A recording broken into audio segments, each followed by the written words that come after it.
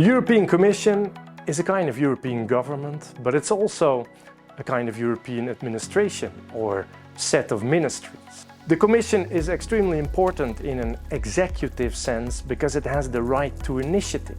So it's that institution that actually proposes new policies, new laws, new initiatives. The original Commission in the 1950s was actually called the High Authority.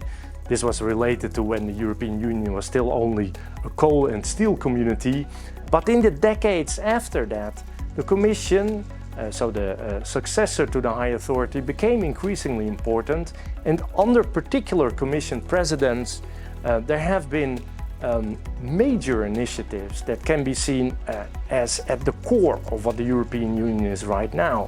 Probably the most important one is the so-called European Single Market, which formally started in 1992, was a direct outcome of a Commission initiative of the 1980s under the Commission President Jacques Delors.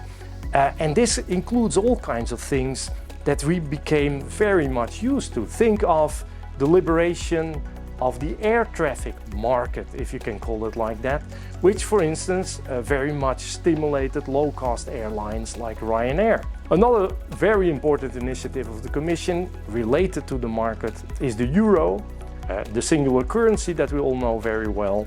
And recently other initiatives have been added, like the Next Generation EU funding, which tries to revive the European economy.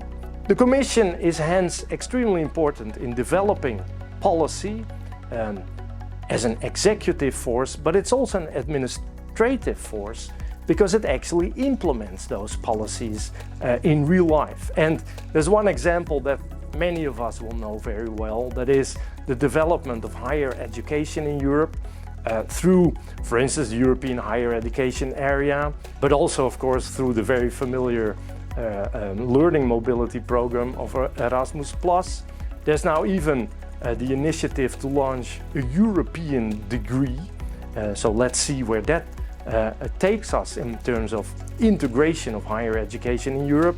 And the Commission is also extremely important in funding very prestigious research grants through the so-called European Research Council, which is equally a part of the European Commission itself.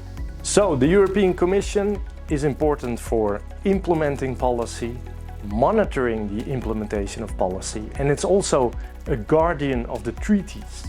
The treaties being the fundamental rules of the European Union, for instance, stipulating the fundamental values that EU member states ought to implement in their national policy making. And so a huge crisis that has been playing out in recent years is the one around the rule of law, where the European Commission has been very active, maybe not necessarily effective in reducing this crisis, but it is a main player to monitor how member states actually behave in terms of the rule of law. And an interesting example here is the European Commission stepping in, monitoring environmental policies in a conflict, for instance, with the government of Poland, where the Polish government started logging in a primeval forest, the Białowięza forest. In this case, the Polish government acted against the so-called Habitats Directive, which is a nature conservation policy, and also against the Birds Directive, which is to protect wild bird species. And so this led actually in practice to the Commission fining the Polish government on a daily basis. So every day the Polish government had to pay €1 million until it would make sure that this logging would stop in this forest. Current particularly important concerns of the European Commission are the wars on the borders of the European Union. So there's a great emphasis on developing an industrial strategy around security, defense in Europe. Another major issue is defending democracy. So there is the so-called European Democracy Action Plan, which seeks to protect European democracy, national democracies of member states, from challenges of the like of extremism, of interference by foreign countries in national European elections. In general, the image of the Commission remains one of a sizable bureaucracy of technocrats, or as they call it sometimes, Eurocrats. In fact, indeed, the Commission is a bureaucracy.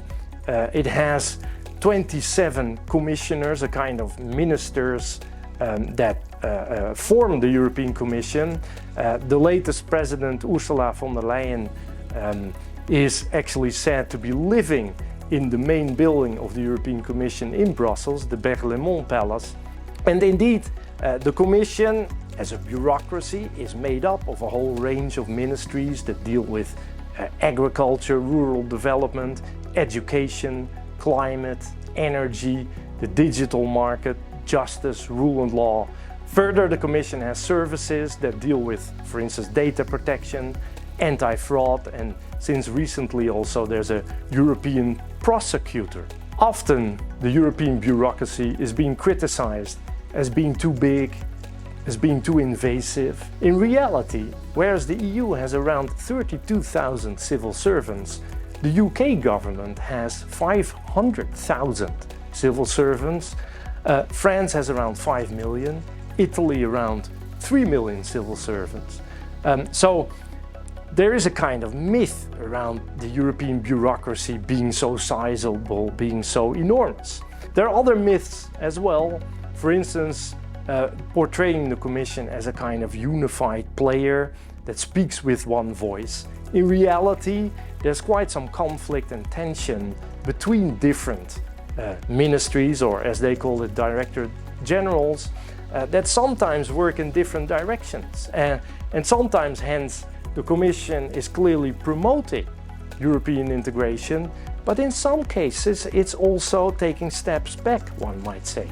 For instance, think of the Green Deal, the climate environmental policy that was supposed to make Europe very progressive in terms of environmental policy, but the Commission has been seriously taking steps back, and so making this policy much less invasive.